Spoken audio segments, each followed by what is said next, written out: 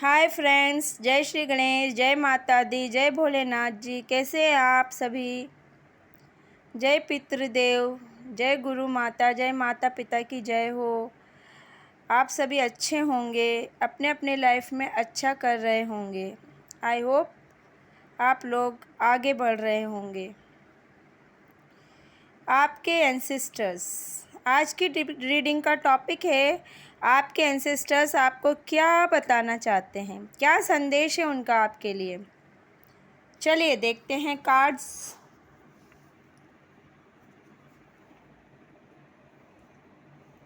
Queen of sword,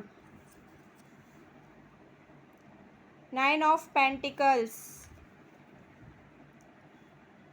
S of wand, justice,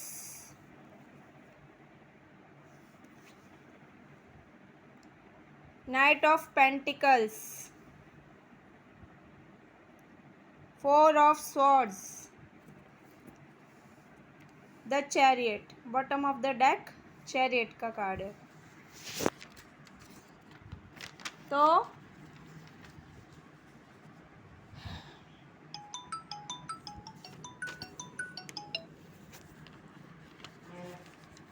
आपका birth month सितंबर हो सकता है, नवंबर हो सकता है, मई हो सकता है, जनवरी हो सकता है, जुलाई हो सकता है। चलिए देखते हैं आपका डेट ऑफ बर्थ क्या हो सकता है।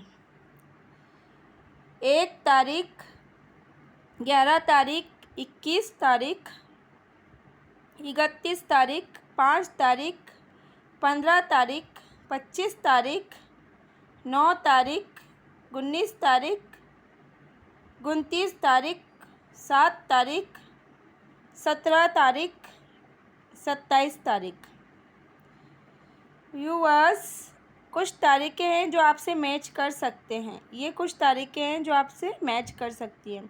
अगर ये मंथ या डेट आपसे मैच नहीं करते हैं तो भी कोई बात नहीं, रीडिंग आपसे मैच कर सकती है। रीडिंग टाइमलेस है, जब भी आपके सामने आएगी आपको रेजोनेट करेगी।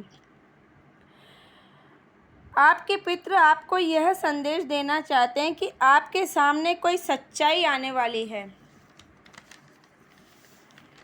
काफ़ी लोगों के असली चेहरे जो है वो आपके सामने आएंगे, जिन पर आप विश्वास भी करते थे, बिल्कुल आंखों पर पट्टी बांधकर जिनको आप भरोसा करते थे, जिनसे आप कभी कुछ गलत एक्सपेक्ट नहीं करते थे। यानी कि सडनली आपको शॉक लग सकता है और कुछ लोग का असली चेहरा आपके सामने आ सकता है, या फिर काफ़ी ऐसी सच्चाई है जो आपसे आज तक छुपी हुई थी।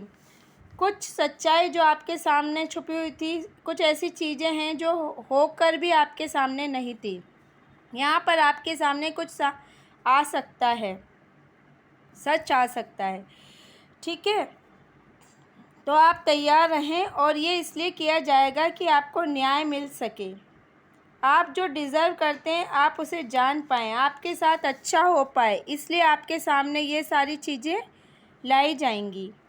तो यहाँ पर आपको बहुत ही स्ट्रेट फॉरवर्ड एनर्जी में रहना है, काफ़ी ज़्यादा पावरफुल एनर्जी में रहना है। लेकिन उसका यह मतलब कतई नहीं कि आप गुस्सा करें या खड़ूस कड़वा बोलें। नहीं, अगर कुछ सच आपके सामने आता है या कोई ऐसी बात होती है जो आपको हर्ट करती है या जो अच्छी नहीं है या जो आपने एक्सपेक्ट नहीं किया था, लेकिन फिर भी किसी ने आपके साथ गलत किया, कुछ पता लगता है, तब भी आपको ज़्यादा ओवर रिएक्ट नहीं करना है। बस आपको सुनना है शांति से कि वो सच्चाई आपको किसी ने झूठ बोला है या आपको चुपचाप अपने अंदर रखना है, सुनना है। अगर किसी ने कोई गलती की है तो उसे आपको अंदर ही पचाना है, पर याद रहे गुस्सा नहीं करना है।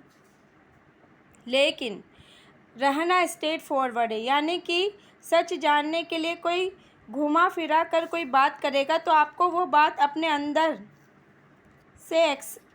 से एक्सेप्ट नहीं करनी। कोई भी अगर घुमा फिरा कर बात बोलेगा तो आपको बोलना है कि ये सब बातें मेरे सामने मत कीजिए, मुझे सच बताइए कि सच क्या है। मैं यहाँ इसलिए नहीं बैठी हूँ या बैठा हूँ, तो सीधे सीधे आपको क्लियर बात करनी है। हो सकता है यहाँ पर आपको कोई इमोशनल करने की कोशिश करे, जिसको हम कहते हैं इमोशनली ब्लैकमेल। ये करने की कोशिश करना, फीलिंग दिखाकर या आंसू दिखाकर कोई आपको मैनिपुलेट करने की कोशिश करे, लेकिन हाँ, आप उसके ऊपर ध्यान देखें चुपचाप, कहीं वो आपको भटका तो नहीं रहा, भ्रमित तो नहीं करना चाहता। तो ध्यान रखना है, आपको ख्याल रखना है इस बात का भी। ज़रूरी नहीं कि जो इंसान आपके सामने दुखड़ा रो रहा है वो असली ही दुखड़ा हो उसका, तो उसका बहुत ही सतर्क रहना है। इन सब चीज़ों में आपके लिए कार्ड से यहाँ मैसेजेस मिल रहे हैं कि जिस एबेंडेंस का आप सुख संपत्ति का इंतज़ार कर रहे थे, आप किसी फाइनेंशियल इंडिपेंडेंस का इंतज़ार कर रहे थे, या कोई इमोशनल इंडिपेंडेंस, खुशियाँ, अगर आप किसी चीज़ को बहुत टाइम से सेल्फ लव को आप बार बार करने की प्रैक्टिस कर रहे थे, या लाइफ में बहुत ही समय से खुशियाँ चाह रहे थे, एक अपना अलग रूप देखना चाहते थे, तो मुझे यहाँ ऐसा लग रहा है कि व्यूअर्स कि आप बहुत ही जल्दी इस चीज़ के लिए स्टेप्स लेना शुरू कर देंगे। क्योंकि जैसे ही आपको जस्टिस मिलेगा, आपको आराम, शांति महसूस होगी, सुकून महसूस होगा, फिर आप अपने आप पर काम करना शुरू करेंगे। कुछ ऐसी चीज़ें गलत हुई, उसके लिए जैसे ही आपको जस्टिस मिला, तो मुझे यहाँ पर लग रहा है कि आप धीरे धीरे, स्लो एंड स्टडी, आप अपने लिए स्टेप्स लेना शुरू करेंगे। आपकी खुशियों, आपके स्वस्थ जीवन के लिए, अपने सुख सुविधाओं के लिए और अपने जीवन के लिए, अच्छे जीवन के लिए आप अपने लिए जीवन जीना शुरू करेंगे। अपनी ग्रोथ पर फोकस करेंगे, ना कि अपनी ग्रोथ पर अपनी पर्सनल लाइफ में आपकी किस तरह से चल रही है। आप अपनी तरफ फोकस करना शुरू करेंगे, क्या क्या पैटर्न्स है आपके, आप अपनी कमी या खूबियों को चेक करेंगे और उनको सुधार करेंगे, तो यह बहुत ही खास ज़रूरी रहेगा। बस आपके पितर आपसे यही कह रहे हैं कि आप ऐसा ज़रूर करें, अपने ऊपर ध्यान दें, अपने ऊपर फोकस करें, अपने कमियों को देखें, अपने अच्छाइयों को देखें और फिर जो कमियां हैं उसको ठीक करें।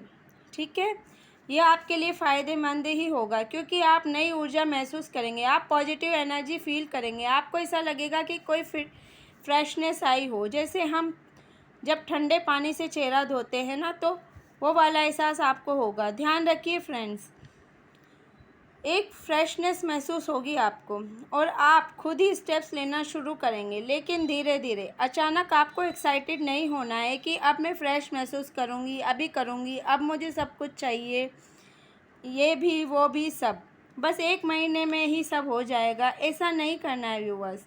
इतना एक्साइटेड होकर काम नहीं करना है, आपको धीरे धीरे सरल भाव से ग्राउंडेड रहकर आपको धीरे धीरे स्टेप्स लेने हैं, तभी आपको फ़ायदा होगा। ऐसा लग रहा है व्यूअर्स मुझे यहाँ, आप गार्डन में ज़्यादा समय बिताइए ज़रूर, या चिड़िया वगैरह को दाना डालिए, आप पशु पक्षियों को खाना खिलाइए, आप थोड़ा नेचर के करीब रहिए, यही गाइडेंस देना चाहूँगी। इससे आपको हीलिंग में, सेल्फ लव में ज़्यादा फ़ायदा होगा। आप जल्दी आप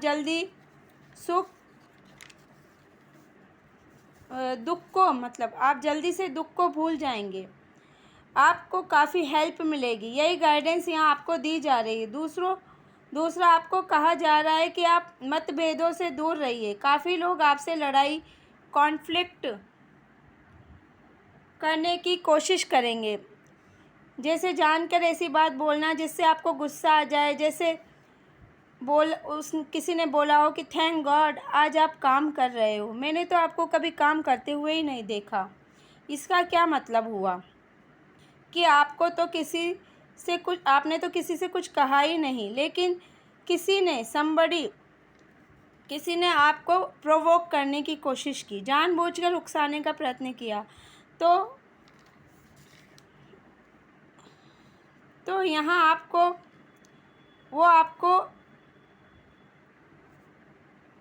उनके एफ़र्ट्स जो हैं, जो उकसाने के उन्होंने एफ़र्ट्स जो इंसान ने आपको करा है, उसको आपको वैनिश कर देना है और ऐसा शो करना है कि आपको उस बात से कोई फ़र्क ही नहीं पड़ा। ध्यान नहीं देना है उसकी बात पे। काफ़ी लोग आपसे झड़प लेने की कोशिश कर सकते हैं, यानी कुछ भी हो सकता है, कुछ भी। आपको ऐसा लग सकता है कि मैंने इससे कुछ नहीं कहा, ये भड़क क्यों रहा है या रही है। जब आप रिएक्ट करने ही वाले होंगे, लेकिन आप रियलाइज़ करेंगे कि मुझे रिएक्ट नहीं करना है। अगर आप उस समय रिएक्ट करेंगे ना व्यूअर्स, तो यह आपके लिए हित में नहीं होगा कि मैंने उस समय रिएक्ट क्यों किया था, मुझे रिएक्ट नहीं करना चाहिए था। क्यों आपने अपनी ऊर्जा खपाई ऐसे इंसान पर जहाँ ज़रूरी नहीं था। तो यहाँ पर लोगों के साथ मतभेदों से दूर रहना है। यह पितृ आपको स्ट्रिक्टली बता रहे हैं, आपके पितृ। ऑफ कोर्स आप उस सिचुएशन को जीत सकते हो, लेकिन लंबे समय के लिए यह आपके लिए हितकारी नहीं होगा कि आप उसको रिएक्ट करें उस इंसान से। तो आपको ऐसे इंसान को रिएक्ट नहीं करना है। अगर आप रिएक्ट करेंगे तो ये लंबे समय के लिए आपके लिए हितकारी नहीं होगा।